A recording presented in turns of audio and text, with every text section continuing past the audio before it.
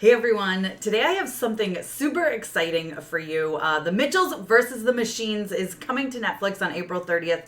Trust me, guys, this is something you do not want to miss. This might be my favorite movie of 2021. Be sure to check out my review that went up earlier today if you haven't checked it out already for all of the reasons why. But I was able to sit down and chat with some of the amazing cast behind this. So I was lucky enough to chat with the one and only Maya Rudolph. She voices Linda, the mom, in this movie. I also got to talk with Abbi Jacobson, who voices Katie Mitchell, and Beck Bennett, who, first of all, I adore him. I love him from SNL. He's hilarious. So I was super excited to get to chat with him. He voices the robots, some of the robots in this movie. And then, of course, Mike Rianda, who not only wrote, not only directed, he also is Aaron Mitchell. So I asked him about that. So be sure to check out this interview. I hope you guys really enjoy it. Now, if you want the full interview, this was a press roundtable. So we got about 20 minutes with each pairing. If you want to see that full video, go ahead and head to Tessa's Geeky, aka Mama's Geeky Plus, my new channel where I'll be dropping other things like that, right? Like I'm going to put just myself on here, but if you want to watch the whole thing and get the full details, go ahead and head over there and check it out. It was a really great conversation, and I learned some amazing things about this movie. All right, guys, I hope you enjoy this interview. Before we get into it, I would love if you take 1 second, hit that subscribe button.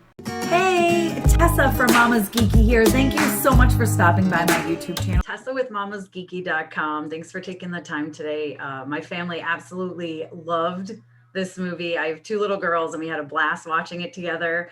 But my question is, there's a very subtle moment where Linda asks Katie, did you become official with Jade yet? Like, what's going on there? And so I want to know how it feels, Abbi, but also Maya, like, how important it is to put representation like that into a family entertainment.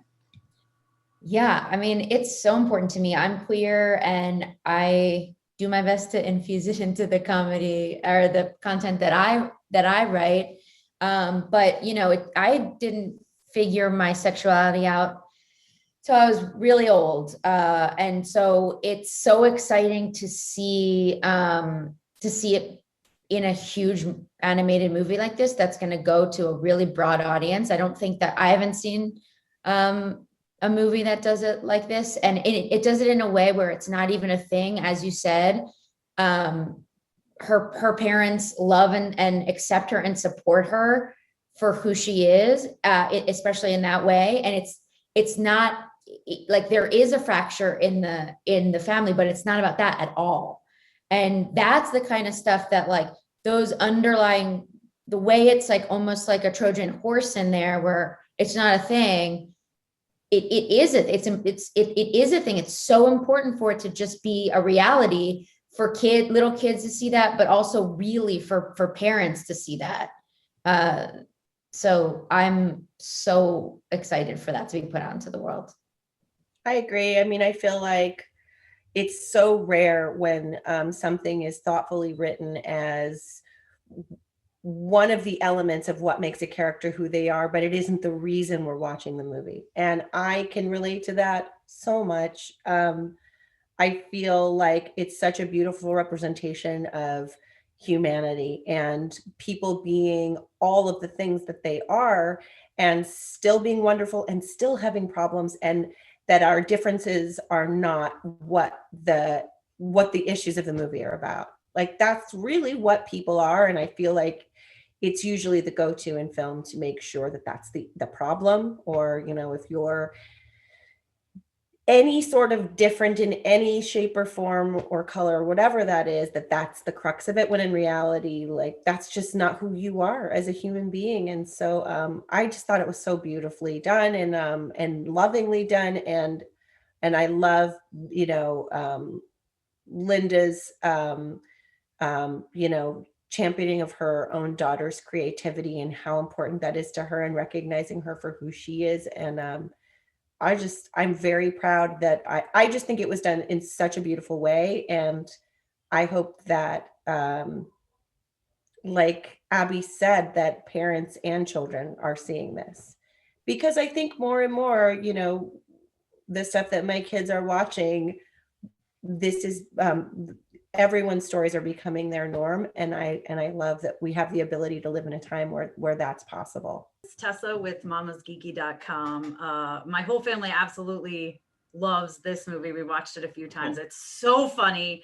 But Mike, I want to know, so you wrote, directed, and you're a voice. I mean, was the plan always going to be that you were going to voice Aaron, or did that come about during casting? No, it's actually something I'm like sort of ashamed of. You know, I think that basically we had people come in and we had hilarious 10 out of 10 actors and comedians and you know, sort of all along the spectrum come in for that character, and some of them, you know, all of them are like far more talented than I am.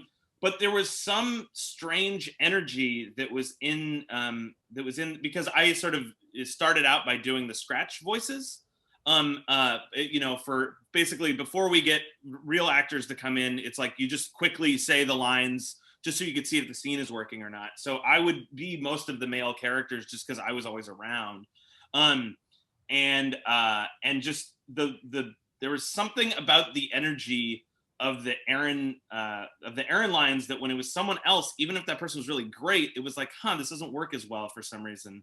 And so we just used me. So it didn't even feel like a job. It was like already there mostly. It was like, oh, just leave those lines in. But it's much better to have someone bring something new to it, because the things I'm bringing to it are already there. And that's why it's cool working with Beck or Abbi or Maya or Danny McBride, or all these people were like lighting up the room with this like hilarious lines and adding their own perspective to it and stuff. Whereas, you know, me, it was just like, I knew the perspective. There were no surprises. But it is the thing that worked the best, unfortunately, for the world. Well, it's a hilarious cast and a hilarious movie. So thank you. Thank you. It's true. The cast is great. Monchi Pillows. Yes, Yeah. it's Monchi spinoff. We need a spinoff. Good. Monchi and the Robots. All right, guys, I hope you enjoyed that. And like I said, if you want to see the full press roundtables, go ahead and head over to Tessa's Geeky, aka Mama's Geeky Plus. I got the link for you. Don't worry. Go ahead, and I hope you enjoy it. Don't forget, The Mitchells versus the Machines is out on Netflix April 30th. You guys do not want to sleep on this movie.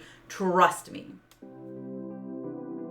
A huge thank you to all of my monetary supporters, those of you who have become YouTube members as well as patrons. Now, if you want to see your name here in the credits, consider joining one or the other. Guess what? You also get a special face-to-face Zoom meeting with yours truly and the rest of the gang.